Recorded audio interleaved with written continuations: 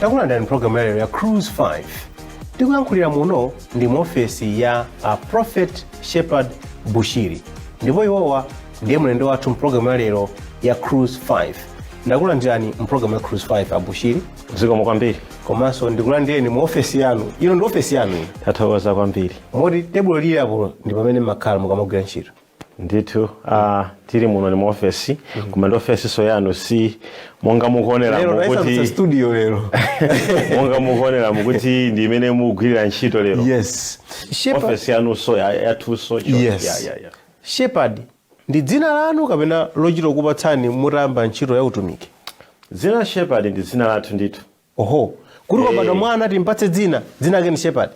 Ndidabadwa kunali kuti timpatse dzina mwana. Yes. Ndiye dzinalo linaperekedwa Shepherd. Really? Kuchokera pa Masalimo 23, the Lord is my shepherd. Kumudzi nkuti tidziwe kuti tione ngati dzina ndi Shepherd tioneka kuti kumudzi nkuti.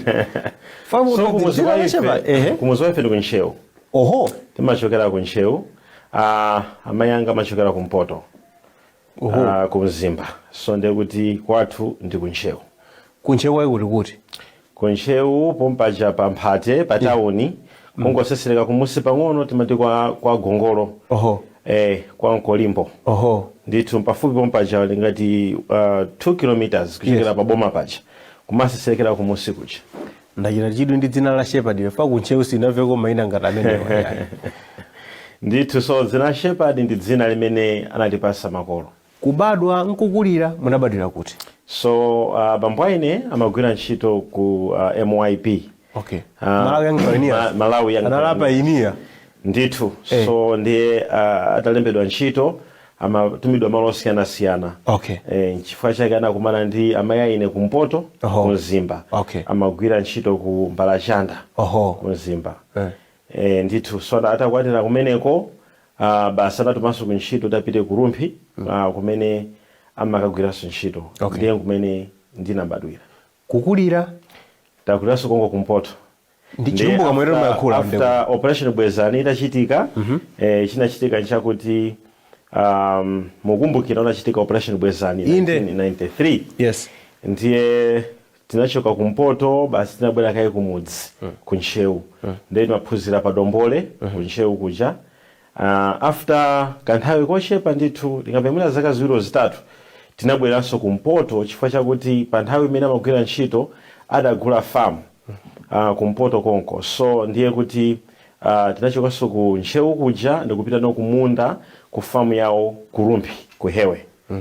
Ndithu so kuchoka kumeneko pamene ife cha sukulu naphunzira pa Moyale secondary school. Pamene no kenaka ndapita ku Mzuzu. Mwaso nchimwena wanga anambaso kugwiraso ntchito ku Mzuzu. Atamaliza skulu yake ku NRC. Kenaka basi titamaliza form 4 tinamba kukhala kongo ku Mzuzu ndi nchimwena wanga. Nde basi ni nthamene timamba utumiki uja koma nguti utumiki tamba kale fa kutumikira nayamba ndili mwana kwambiri ni zaka 12. Okay. Koma tiyankhe kaye funso limene lokuti takulira kumpoto. Zikomo kwambiri. So chichumuka mukuyoya? Chomene. Osangoli chomene ongo yankhula atu apeya. Chomene. Mukoza kupanga nditi hold a conversation bwino muchitumbuka. Mwakudidimikizga. Kudidimikizya ndero kotsimikiza. Kudidimikizya mtima. Mukhala ngati so mathapo. Kusambira peni pafu. Kusambira peni pafu. So, okay, tisa namba nkhani ya utumiki. Maphunziro anu munalekeza pati. Uningoti namba utumikira ndiri mwana. Okay. Ndamaliza form 4 basi napitiriza utumiki. Okay. Sinapitiriza skulu pa nthawi imeneyo. Alright. Komano kenaka kumabe nabe ndi chidwi kuti ndifuna ndapitirizabe kwambiribe kuti ndiphunzire. Okay. And cholinga changa sichinali kuti ndiphunzire kuti nzagwire ntchito pena pake. Okay. Koma kwambira ndiri mwana ndamba utumiki. Nimadziwa kuti utumiki wangawo uzafuna kuti nthawi yake ndizadziwa bwinobwino kuti kodi umatumikira bwanji. Okay. Nde na mu 2010 napanga now enroll ndi Therapon University mena phunzira za theology. Okay. Nde ningambe kuti natenga diploma mu 2010 with Therapon University. Kuchoka pamenepo mu 2016 napanganso maphunziro ndi Allison University. Okay. Imene napanga za business communication. Okay. Komanso business inaiso diploma. Then advanced diploma in business management. Okay. Komanso napanganso nero kunoko ku Lilongwe ndi Lilongwe University imene napanga business management. Okay. Komanso ndathaso mene poponso napanganso course ndi Harvard University imene just a course with the Harvard University ya leadership principles. Okay. Sindukhulupirira bezoti mankhula chitumbuka koma. Oh. Ndikufuna mundi yake muchitumbuka kuti mwana urumiki wanu udayamba mwili wachichepere ndithu. Tanduza kuti urumiki unamba bwanji mwati muli ndi zaka 12. Zidamba bwanji. So mufuna muchitumbuka kapena yake muchitumbuka. Chodidimiza jamanena chicha. Yayi itaonga nadi. So tumiki ukamba kuti nkha mwana mchokosho mene. Tibiza mchitumbuka kapena tibiza mchicheo. Pitizani ndize vati. So tumiki ukamba hapo nkha mwana mchokosho mene. Okay. So chikachitika nchakuti nine munthu kuti mutemo wachimene kuphalazika. So panakhala mchalichi mbwenu ngaonanga ni phalazika waka. So ngapemphanga usisepi. Okay. Sisepi ni chalichiyo kanikozi yaine. Ni chalichiya kuti nkasambira vinandi. Wadada ngawalisia kwali. Ya wakawalisia. Ya wakawalisia. Wasana mkuyo chitumbuka. Ya kusambira. Kumanka kuti mukupita kuchalichi chabe. Yes. Kumaona kuti mukufulumizikitika. Pomakhala nake ndithu ku Sunday school, timati Sunday school sichoncho. Koma tha ukhala nake ku Sunday school akuti amakhala ukonda kulalikira kupanga chani basi Sunday yakuti mwana ujamika osogolo alalikire ndi zimene ngapanga ine. Okay yabwino. Ndiri mwana urumbi wose kwanthu kudziwa. Okay. Kuti kamwana kamakonda kulalikira kaja chani ndiye makonda kulalikira kwambiri pa nthawi iti imene yoyo. Koma ndikukula basi meza kuti be munthune ndikukonda be zotumikira.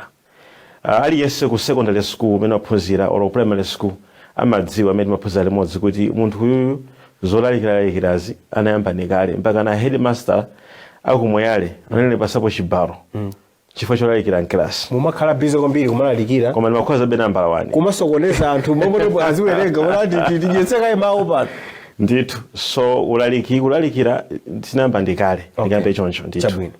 Tukucheza ndi Shepherd Bushiri program ya Cruise 5. Nyimbo nakona ni makonda so nyimbo. Nakona mukuvina pena pake ndali kuti step imene ndiyakulumphika pena ndiyakumphareka pena ndiyakuti. Nafuna ndipumeka nyimbo yoyamba. Poyamba makonda nyimbo za mtundu wanji. Nimakonda nyimbo zonse. Okay. Yes, nimakonda nyimbo zonse. Ningambe kuti mina ndiyankhe kuti mina ai reggae, ai jani, ndombolo, ai jani. Nimakonda mbiri contemporary music. Okay. Komanso nimakonda so mbiri gospel rap. Okay, yabwino. Okabe amati hip hop. Gospel hip hop. Maimba? Fezmene zo. Kuimbitsani yani ungofuza.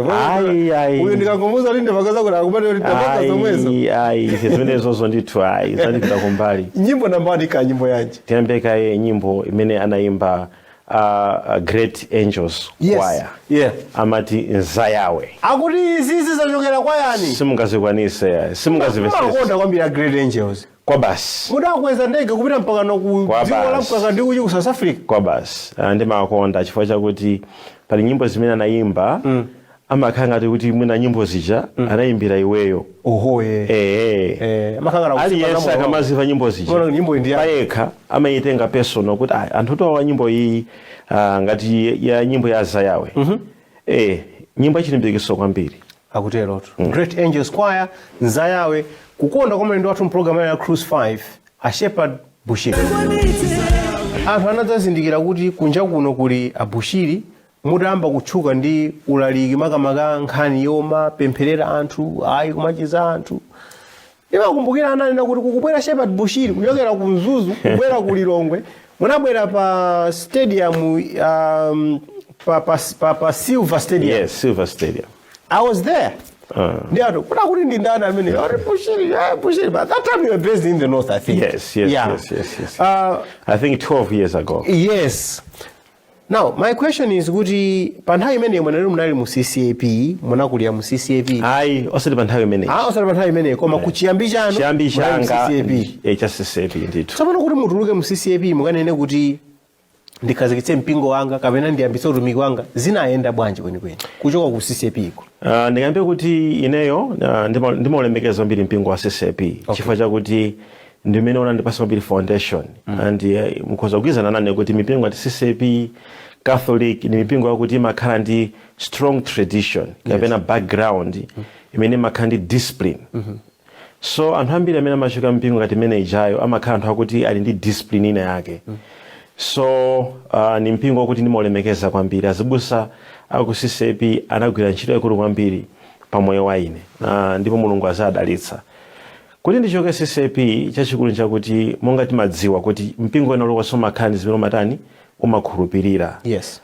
ife mpingo muno sitimapempherera anthu kapena mpingo uno sitimapanga chani kapena mpingo uno sitimanenera ndiye ndambotumiki kuja ineyo kwambiri ndimakonda kupempherera anthu komanso ngati Mulungu anipasa mawu ndimuuze munthu matha kutani kodi kumpatsa mawu aja ndiye ananditandisa akulu a mpingo amene kuti komatu zimene mukuchitazi inde ndi mpingo wathu ndi Mulungu koma ifeyo ndi mpingo wathu sizimatani kodi sizimagwirizana okay ndiye ndi apene it is better pena pake ndithu kuti usakhenge kubweretsa chani chisokonezo koma ungosanzika kuti ayayi chabwino ndi upangazi ndikapanga paine ndekha ndi chifukwa chake chimene tinachokera ku CCAP koma kuti panali mwina chifukwa china ayi ndithu koma chachikulu chachi chimene chocho koma panopa yamene ndikuthokoza Mulungu kuti CCAP ko panopo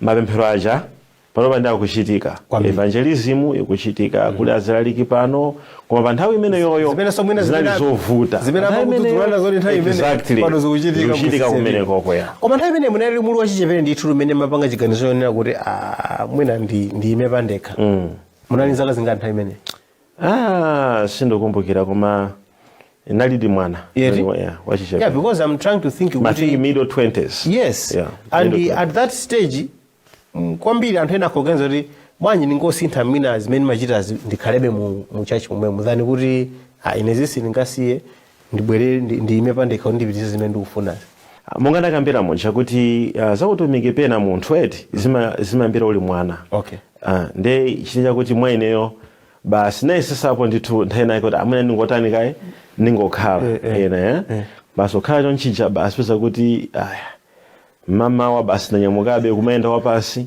anthu amunzuzo amandizowa kwambiri chifani mayenda mose mmoyale muja muchiputula wenaleso kunzuzu akundidziwa ndipo anthu akumpota ambiri mtusanganamiza amandiziwa kuti mwana uyuyu amayenda nyumba kumana door by door kumalalikira odi anthu tikulandireni ena tithamangisepo ena atipase atikapizepo ni madzi koma timayenda ndithu kumalalikira tilalikire choncho so zimachitikabe mpaka na kuti tinaona kuti sitingakwanise kuzimanga mpingo wanu ndoti munachita kukhazikitsa kapena zinayamba bwanji kapena munayamba mwakalowaso mpingo wina kena zinayenda bwanji pakena kuti nazangomva za ECG Enlightened Christian Gathering ayi ndiyambe kuti mpingo unakhazikisidwa ndithu tinayamba ndithu ngati mpingo kuti Mulungu ayankhula kuti yamba chako chili wambe uzipanga utumiki umene ukufuna kupanga momasuka nchifukwa chake basi mpingo ucho unazatani kodi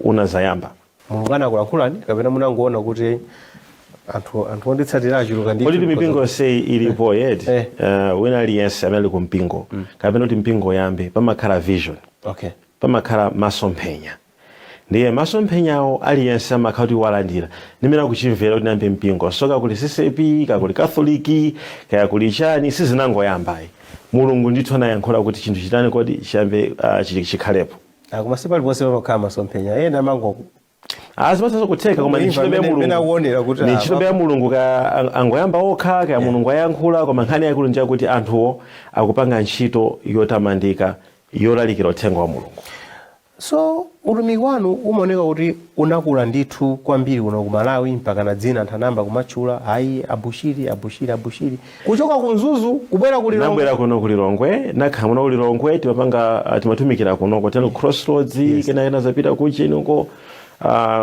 kumene ku MCP headquarters ntameneyo kusali mene kulili panopo. Okay. Ndiye kuchoka mene popo so pano pamene limatani kodi limapita ku South Africa. So chopita ku South Africa it was a simple thing. Komanso yambe kuti kwambiri anthu ambiri amona ngati makhala ambiri ku South Africa koma ndimakonda kwambiri kuyenda kupita maiko osiyana.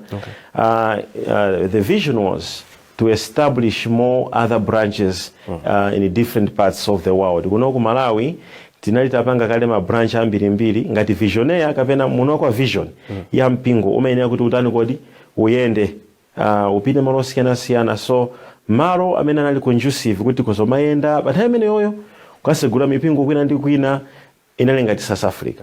Nchifukwa chake pathayi imene ija tinapita umeneko.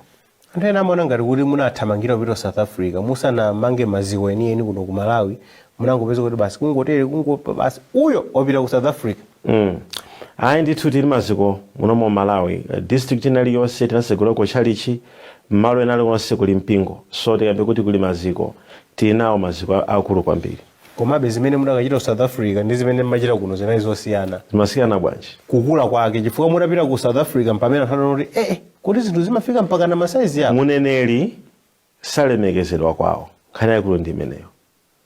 So South Africa kokhayayi olonso tipite ku Zambia kumene kuti timalemekezedwa kwambiri, ku Tanzania timalemekezedwa kwambiri. Komabe ngakhale zili kuti neneri ngakhale zili choncho alipo ena amene ayambitsa mipingo kuno ku Malawi imene yakula kuno ku Malawi kusiyana ndi imene unakulira mpingo wanu. Ngati imene unakulira kunja iwo mipingo imene yakulira kuno ku Malawi konkuno. So nkhani ya neneri kuti salemekezeka kwawo ndi aneneri ngati anthu mukambawo chifukwa ngati ndaneneri mukamba za neneri tikuti neneri salemekezedwa kwawo kana terapo neri munapita kuti mukalemekezeke kufoti kuno simukana isiza ulemerero tukamba za kukula kwa chani kodi kwa mpingo. Okay.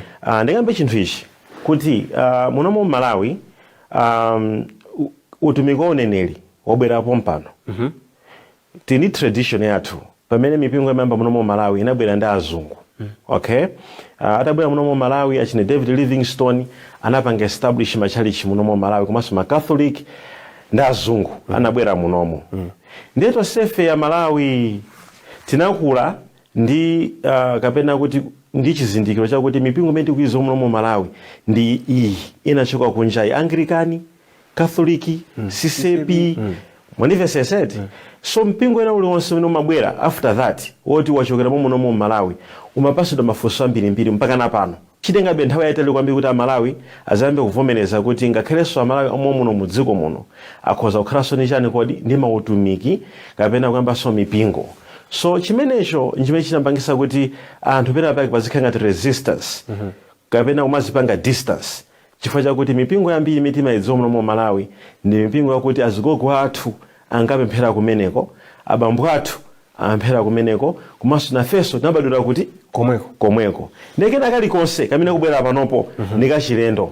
Mwandimvesesa nchimodzimodzinso ndi Yesu Khristu uja ku Israeli. Kunali mipingo imene inaliko nkale ya Mafarisi, Masadusizi, onse aja anakuti alikale konkucha. Atabwera Yesu Khristu akuti iwenso ndiwe ndani.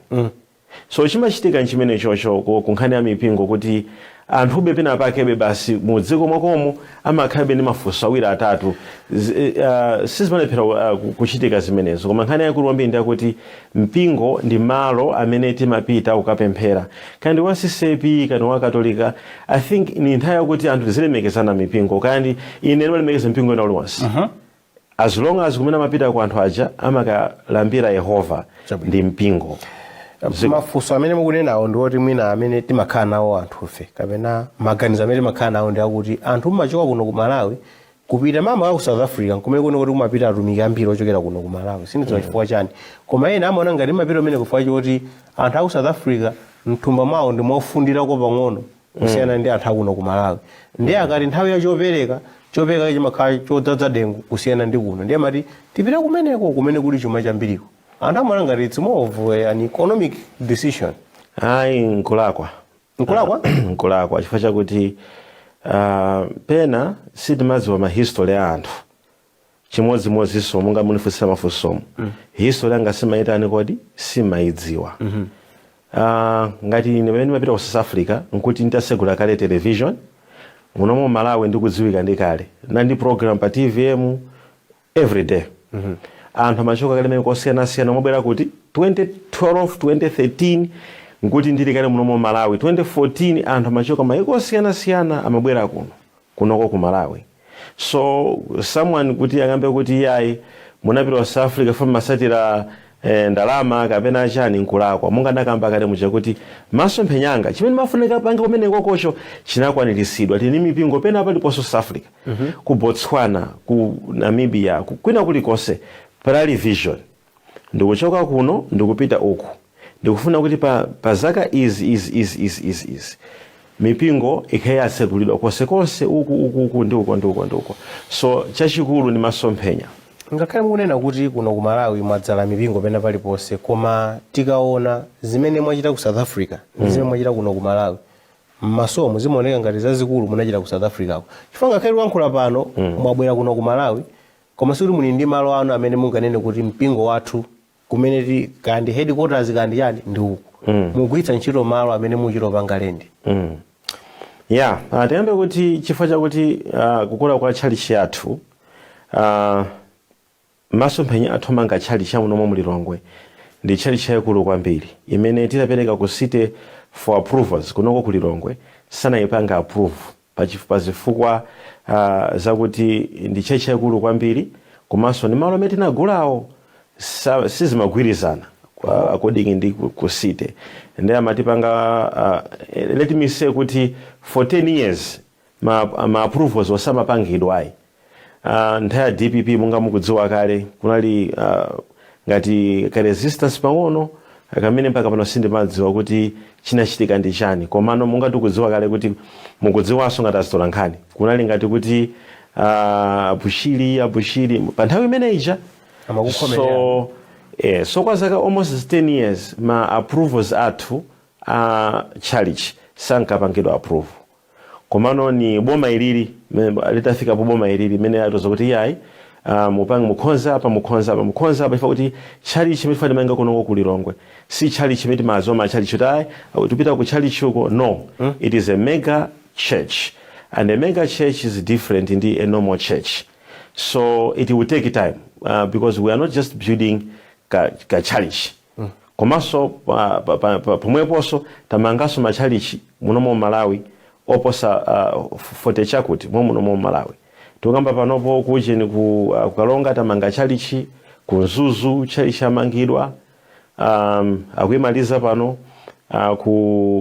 kudedza kuli chalichi koma zonsezo anthu ena samadzowa ngoti asu unamangepo chalichi koma tamanga mipingo yambiri zedi tamanga machalichi ambiri zedi imene sitinamanga ndi yakuno kuno kulilongwe komanso ku Blantyre chifukwa kuti ma plan ake ndi machalichi akulu kwambiri amene ali kamene ambe kuti ma model ake ndi ma capacity ake otenga anthu ambiri zedi so akufunika kuti kukhale ma approve komanso komanga kwake pamafunika zinthu zambiri ikadakhala chacha kuti kungomanga chalichi tikadamanga kalekale koma ndi design ya chalichiyo komanso ndi maonekedwe ake kukula kwake capacity yake yomapangisa kuti ndithu pazikhabe kuti simungamange apa mupange motere so there are some technical things we are dealing with.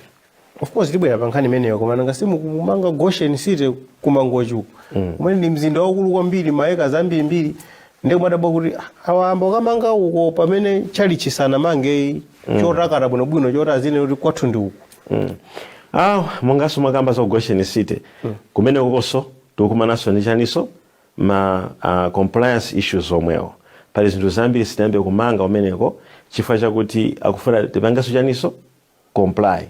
So compliance in compliance, you have to comply and you have to do as a citizen of the country, we have to. So chalichi kuno kumana kamba mo sikuti pa nthawi imene ukamba papai yakanthaitale kwambiri ayi. Okay. Boma ilili munganakambira kuti pasa device kuti pangani motere akupanga architects komanso anthu athu akupanga they are working on those issues.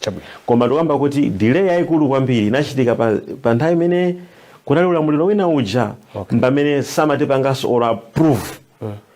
That's where the biggest delay was. Talking about compliance, I would like you to comply to my request yoti musankhe nyimbo yachiwiri mprogram ya Cruise 5 together ndi Shepherd Bushiri. Ikhala nyimbo yanji?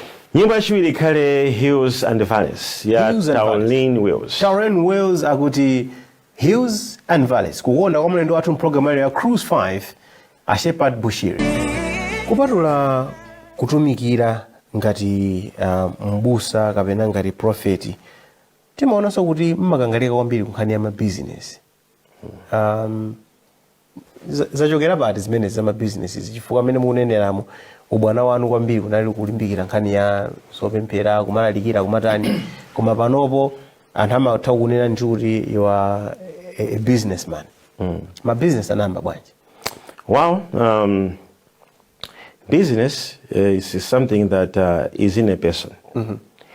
I would put it in that way because you may agree with me that all people in the Bible, starting from Abraham, Moses, Isaac, they were not just men of God as some people are made to believe. These were men who used their resources, their brain, in order to support the work of God. Ndiye ineyo ndaona kuti umutumiki umafunika zinthu zambiri. Umafunika munthu ukhale kuti uli ndi TV, anthu alipire masalale, upanga zinthu zambiri. The church cannot manage to support a great vision that a visionary has. That's why naona kuti kuli bwino ndizipanga zinthu zanga zimene zindithandizire kuti ndizipanga support utumiki wanga kapena the ministry which God gave me. So that is what made me to start thinking big. What can I do in order to support the work of God? And that's where now the vision of starting business started coming. And apart from that, I'm a person who, I'm a concept person. I'm a type of a concept person. I like having concepts, you know. And I want to see those concepts coming to pass into reality. So that's where the business mindset came from. I've been following some of your interviews, and I wonder if some of the claims that you make in your interviews are actually true. Because I watched a certain interview where you're talking about the fact that you owned a university, you owned sugar plantations in Sudan, mines in South Africa, you started a mobile phone company. Are these things actually on the ground as we are speaking? Yeah, I would say actually probably even much more than what you have just said. It's just the fact that most people know me as a pastor or as a prophet because I don't front my business side. And this is a big question to so many people, more especially here in Malawi, where they say, well, this guy, where does he get his money? You know, but all my businesses are right there. If you go on Google, you can just Google. You'll find all my businesses right there on the internet. If you talk about South Sudan, while you see so many projects there, if you go on Google, we have done it there and we are doing there. So we do a lot of businesses, but most now I'm much investing so much in stock markets. And that's where much I'm focusing on now. So if we talk about business, yeah, it's true. We do businesses, as I said, but it's unfortunate that I don't front, you know, that type of... you talk about the mobile phone. I think we had ZODIAK. They came to South Africa. Yes, PSP Mobile. Yeah. Where is that? They came to South Africa when I was launching the PSP Mobile. Big launch, yeah. Yeah. And then after that, nothing happened. Were you there? Did you come? No, I did not come, but I followed it closely. And then after the launch, nothing happened. No, nothing happened. What happened? We made a great fortune from that business. But eventually, as a business person, you have to balance between risk and uncertainties. So we had to balance at some point in time, and the best business person is he who knows when to walk out from a particular business. Amamba kuti ozwa kuvina amadziwa nthawi yotani kodi So we had at some point in time to find a way of leveraging and working out of that project and investing into something different. So I'm a business person. As I said, that most people, they go like, Bushiri yet on internet, if you go on Google on internet, everything is there. Oh, beyond that, there's anything happening on the ground.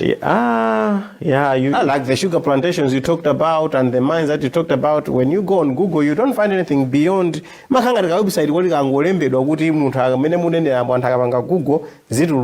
beyond that, I don't know if you can actually tell us these businesses, what's the real value of the businesses. It's almost like you just claim that you have these businesses. No, it's not such type of a claim, as I said before.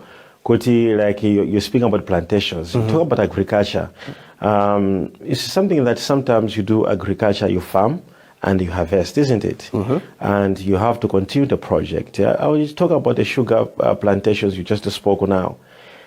Actually, it's still there, and I wonder what you say if you go on the internet, it doesn't show, and all that. But we're still doing that, the project. However, that's not much of my focus, as I said before. My focus much now is on stock markets.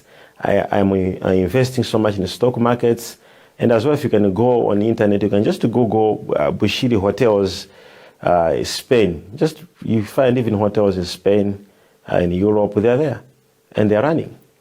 Let's talk about your ministry now, which admittedly has grown very fast. Koma pali zinthu zina zimene zimachitika zimene anthu ena amakhala kuti azizifunsa mafunso ambiri. Mwina poyamba anthu amene major profit. Kodi tayiro yangodzipatsa kapena you are actually I don't understand why they call you major profit. Okay, so the word major prophet is in two ways, okay? As I said, I'm a person who grew up in a background where everybody looked me down and everybody told me I want to make it in life. As I told you before, I remember one time being punished because my teacher at that time thought I was useless and crazy. And one time I remember being told by the teacher to say, you'll be the poorest guy in this class. So because of my background, as I said, we know in Malawi people have got this, with prophets because they think it's strange, it's new, and it's all those type of kind of things. And because of that, I had no one to motivate me. I wake up in the morning, it's a newspaper against me. I'd wake up in the morning, it's a neighbor against me. I'd wake up in the morning, so I had to what is called self-motivate. And I say, you know what? I'm gonna face this. I am a major one. And that's where it came from. So, when people are confused, they think it's something like, oh, he's claiming he's God, he's claiming he's all those type of things. Actually, that word is self-motivation. Major one. So you call yourself major? Major one, yeah. That's basically is something that motivates me. Okay. When I face a challenge, I go on the mirror and I begin to look at myself and say, you know what, you're going to do it. And I was, as I told you before, I was at Moyari Barracks secondary school. So we were being taught by soldiers and majors and all these type of people. I see. I know who majors were. And I know my father, he was working with MYP, and he was also a major. Okay. So I know that from the level of, you have to, and some battles in life are not given to weak soldiers. So I had to motivate myself and tell myself when I'm low, when I'm down, I had to go in the mirror and say, you know what, you're a major.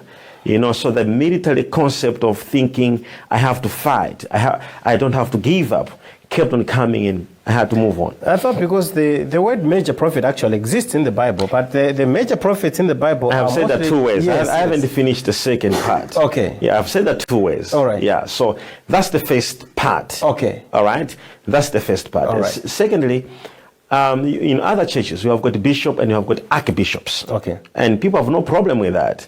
So in the prophetic too, you have got prophets and I've got senior prophets, and I've got major prophets. Okay. And people have got a problem with that. Major prophet. You can even have senior major prophets. Okay. I'm not a senior major prophet. I'm just a major prophet. Okay. Okay. We have senior major prophets. I'm not a senior major prophet. Okay. But you see, people have got a problem because it's prophets. Yet in the other churches, we've got even Lord so-so. You know, we've got even Ambuye so-so. And you see, those are just titles. Come on. It just demonstrates the hierarchy which you carry in that particular organization and institution. So in my church, I've got other prophets who minister under me. All right? I've got prophets who minister under me. Now, when someone comes and says, I want to meet a prophet, they have to know that in this church, there are senior prophets and then there are major prophets. So major prophet means in our institution that you might be above some other grouping of prophets. Yes. In your institution, not so he's above other prophets of other institutions. We are talking about our institution. In the Bible, the term major prophet is usually used to describe prophets who wrote long books, longer books than others, like Isaiah, Ezekiel, and others, as opposed to other minor prophets who didn't write very long books. And that's where I was wondering where you got the title major from. Now, actually, it's a wrong definition to describe that in the Bible. They are not called major prophets because they wrote so many books. Elijah, books. No, that's not true. Because Elijah was a major prophet, yet he didn't write in a book. So where do we put him? Do we put him on the minor prophets? The answer is no. But Ezekiel, he Jeremiah, is a major prophet, not because of what they wrote. It is their responsibility. So you look at Moses. Moses had other prophets which were under him. Okay. You look at Ezekiel. There were so many prophets in his days. You look at Elijah. He had actually a school of prophets. You look at Elisha. He had actually a school of prophets. So prophets, they are not just called major prophets and minor prophets because of what they wrote. It is also the responsibility which they were carrying in their various endeavors in terms of ministry, as well as raising others and mentoring others. What's your understanding about calling wives of prophets prophetesses? Does that make sense to you? Well, it does. How? How does a wife of a prophet become a prophetess? They two shall become one. If we believe the Bible tells us, if I marry and that person will become one. All right? She may be called prophetess, but that does not mean she carries the same responsibility which I carry. No. In other words, she is helping what I am, and she's assisting what I am. It's as simple as that. Secondly, she could not just be called prophetess because she is my wife and then she's called prophetess. No, but also perhaps it is also, you look at the Bible, okay? If you look at the Bible, look at how God works, okay? God has always revealed himself as God of families. He goes to, I'm God of Abraham, I'm God of Isaac, his son, and I'm God of Jacob, his grandson, okay? So it doesn't matter whether it's your wife who is a prophetess. It doesn't matter she became a prophetess. She can be a prophetess by her own calling, or a prophetess actually because she's married to you.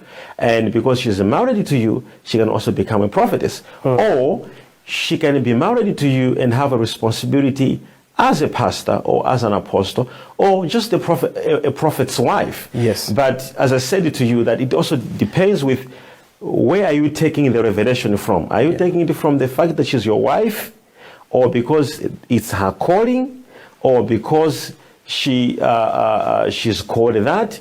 So for me, I'm telling you, for me, my revelation is I and my wife are one. Okay. Yeah. So and I'm not answering for other prophets. Of course. I'm answering for me. I and my wife are one. You're one. Yeah. Now, Frank, in Bible, as I'm a prophet, so I'm a prophetess. So that one, we can put that aside. No, they're there. Okay. Yeah, I can actually give you two. No, I can actually give you examples in the Bible. The issue is so simple. Why do we give so much respect to the mother of Jesus? Okay? Is it because she's a mother of Jesus? No. It's a great honor which we carry, that we have for our Lord Jesus Christ. This woman gave birth to Jesus. Her womb was used to do that, okay? And we give honor and respect to Mother Mary, not because it's like now, people would be saying, so why are we giving honor to her? Is it because she gave birth to Jesus? You know, if it was at that time now, we would have the same questions. Of course. But it's a matter of revelation, of understanding what really happened. And it's as far as it concerns this debate, will never cease.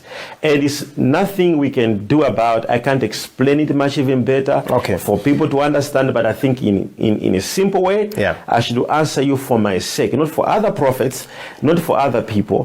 The two shall become one. I am a prophet and she's a prophetess, and she may not have my responsibility.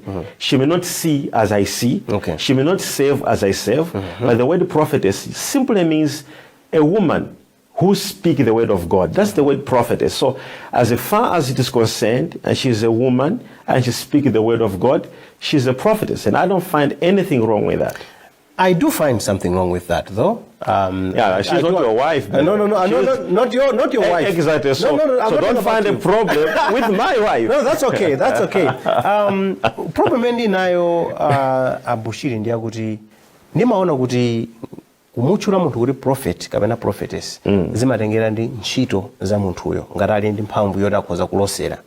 Tsopano chifukwa that is nimalize kai. No, I know what you want to ask. That question I've heard it so many times. That's a traditional way of thinking. It's a traditional way of thinking. Prophet, it does not mean someone who just predicts. No. We have got very wrong mentality of prophets. We have got people like Moses, okay? We have people like Deborah, in the prophetess Deborah. She never, she never a single day go to somebody and say, your name is so, you come from this place.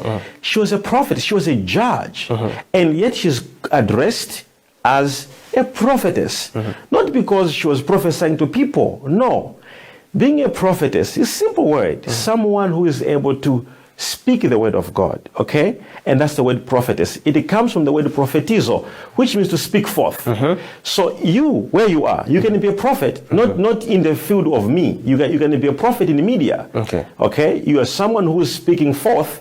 You are speaking the word, to other people, but with an intention of preaching the gospel. So we have got prophets in the media. We have got prophets in soccer, people who say, I dedicate my soccer to serve God, okay? So the word prophetess or prophet must not just be someone who dreams at night and he sees a vision and he wakes up and he tells people. The word prophet has been misunderstood. The word prophet means to speak forth. It's stoma. The word, someone who is able to speak. As long as you declare, all apostles, pastors, teachers, if they stand on the pulpit and they say, I pray that this will happen in this way, what they have just spoken, it's not just a prayer, it becomes a prophecy. Ngati kuti it's more fashionable than spiritual. Mmene zikuonekera kuti chifukwa wanda prophet akangokwatira awa amene timadziwa kale kuti sanali prophetess, suddenly tiyamba kuwatcha kuti prophetess, and mostly chifukwa yoti akwatirana ndi prophet, not because of the works that she's doing. All right, maybe let me give you my background. How I married my wife. Okay. Exactly. I think maybe we should start from that point. Because as a prophet, as I said before, the Lord spoke to me to say, you're going to marry a prophetess. All right. And I didn't know who this woman would be. Okay. And later on, when I met my wife, okay, I had that conviction to say, this is the woman. And I met my wife when she was in 40 days fasting. Okay. And that's exactly what confirmed what God told me, that she will be a woman of God and who will be, and she was working, she's a professional, she was working by that time. But every person can bear that record who know her, that at that point in time, she was someone who was so much prayerful and all that. And I told her, I said, God told me that I'm going to marry a prophetess, and if my conviction comes that you are my wife, then you are the prophetess. So, as I said, such type of things can be argued.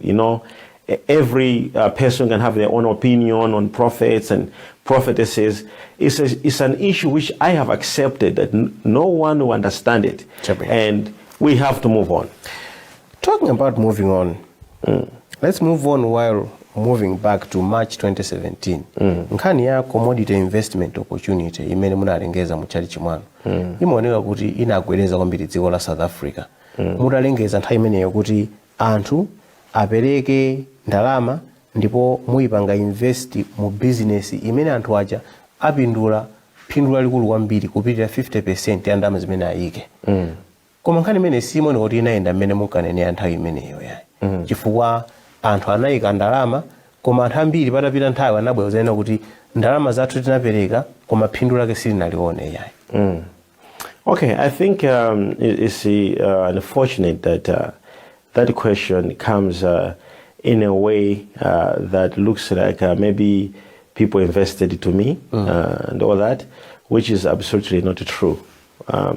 If you come to my church, every Monday I've got a program which is called Diplomatic Service. The main reason of this program, it is to motivate people, okay, to do business and to do investments and so on and so forth. And that's what I do.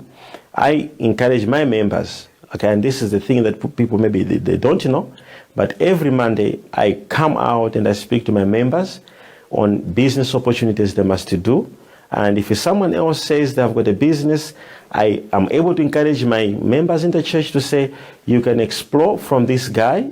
He has got a business opportunity and all that. So it's not, there's no any moment and no any time where I came and they say, I have a business opportunity, come and put money into me. No. If you speak about that, you are referring a situation where maybe I commended some company or some organization, not necessarily to do with me. And no one, I should tell you this, no one can come out and they say they deposit the money into my account on any business transaction. Well, that may be the case, but these are words that you said. Bring this money, bring cash, and we are going to invest it in a business where you make 50% profit. And people invested in that because they heard from you assuring them that if they invest, they will get their return. I have just explained to you. I have said, it is true. I do come out and speak to people. It's not only once. Even last week, I did the same thing. Okay. Somebody came up with a business concept and told me, and I came out and I spoke to the people and I said, wow, there's this business opportunity. If you invest this amount of money and these will be the returns you're going to get. I do that every Monday. I speak to my people and they invest. And in the business, there are risks. And sometimes the business can go well and sometimes business can't go well. So that's the business side. And if you ask me to say of a particular moment, I may not maybe be able to remember which moment you're talking about, but for so many moments, including last week, I spoke to my members and encouraged them to do so. And that's what we do. And what would you say to those people who invested but never got their money back? Well, that's business. If I do a business, business is either you make a profit or you make a loss. And when you are selling for any deal or any business, it's either you win or you lose. So if people invested the money in another business, as I said, no one ever deposited the money into my company or my personal company. I can agree with you that I do come out and encourage people to invest in different portfolios and the advantages and disadvantages. So if people invest in that business, if they make money, well, praise be to God. And if they don't make money, well, it's a loss. And that's business, because business is about making profits or making a loss. Talking about making profits, let's talk about winning and winning people who are watching this program by selecting the third song. Maybe they like that song. What is the third song going to be? Let me say, let's go to Gwamba. Yes. Zizakhala better. Zizakhala better. Ari ndi mbale wanu Gwamba. Yeah, he is. Chibale chake chibwera motani? He is my wife's young brother. Oh, really? Direct brother? Yeah. Direct brother. He's my wife's young brother. But you see, I like his heart. You know, yes. The boy has got this thing of working so hard. He has got passion, and he has got a very good group of people who also work very hard, by the way. And he's one of the great artists in terms of, as I said, I love gospel hip hop, and it happens that my in-law is a gospel hip hop guy. Kumpanga promote tsopano mulamulo. Kani ndio sankha nyimbo. Yeah, I know it's not about promoting the guy. It's not about promoting the guy. It's not about the guy. As I said, he's one of a huge fan. You've got a huge fan in your brother-in-law. Kukonda kama ndo watu program ya Cruise 5. Shepherd Bushiri. Akuti gwamba zitakala better. Zitakala better. Utumiki wanu umatsamira kwambiri pa nkhani ya kupanga profesai matero kulosera zinthu. Ndipo pali zinthu zambiri zimene mwakhala mukunena kuti mukulosera timaonerera ma service anu mukamapanga. Nali ndi mafunso awiri atatu pa zimene timaona kumene timaonera kunja kuno. Poyamba zichazoma mutchula munthu dzina lake, ayi inu kwanu ndikuti dzina lanu ndilakuti, ndikuona mu fridge mwako, ndikuona muli tomato, ndikuona muli zakuti. Zimene ndi zokhudzana ndi mawu a Mulungu ngati. Yeah. Zimaoneka ngati kuti mukungolongosola zinthu zimene mwina munazimva pena pake, ndi mukungofuna kuti munthu uja azizwe kuti zinthu zimene munthu wazidziwa bwanji pamene sizokusa. You see, such type of questions, I find them not worth answering. Chabwino. Yeah. So allow me not to answer that, because you see, it's like going to a Muslim and telling him, "Mavala mikanjo." You know, those are personal questions for my faith and my religion, and I really don't find that question suitable to answer. But when you go in the Bible, you find the moments when Jesus himself is predicting to people. Ezekiel is telling people what's going to happen in their lives, where they're coming from. If you read again, Jesus Christ in John chapter 4, he's telling a woman everything about her life. And again, you see Jesus prophesied to Nathaniel, telling him that I saw you sitting under the fig tree. And Nathaniel is shocked to say, who told you that I was sitting under the fig tree? So one coming to ask Jesus to say, what you are doing there, tell us, is it true, is it real? I don't think he would answer you as well, because these are spiritual things. As I said before, things of God are believed or not believed. There are two ways. It's either you believe or you don't. So to answer such type of a question, it's very tricky and very difficult, because someone still will be like, I don't believe that, I don't believe that. So you can't convince somebody, and my calling is not to convince people to believe in me. My calling is to convince people to believe in Jesus. Whether they call me fake, I don't care about that, but my Jesus is not fake. So to answer questions of Mabanga Professor Ichonjo, is it true, is it right? I really don't think it's necessary to answer that, because it's an issue of faith, and it's my religion and my faith, and I love doing it because I believe that God speaks to me, and so I don't want to answer much about that. Are you a Satanist? Come again? Kumwalira kwa mate. Zina nula chulidwa hapo. Inu ndemangano ndiyo rani pankani mene.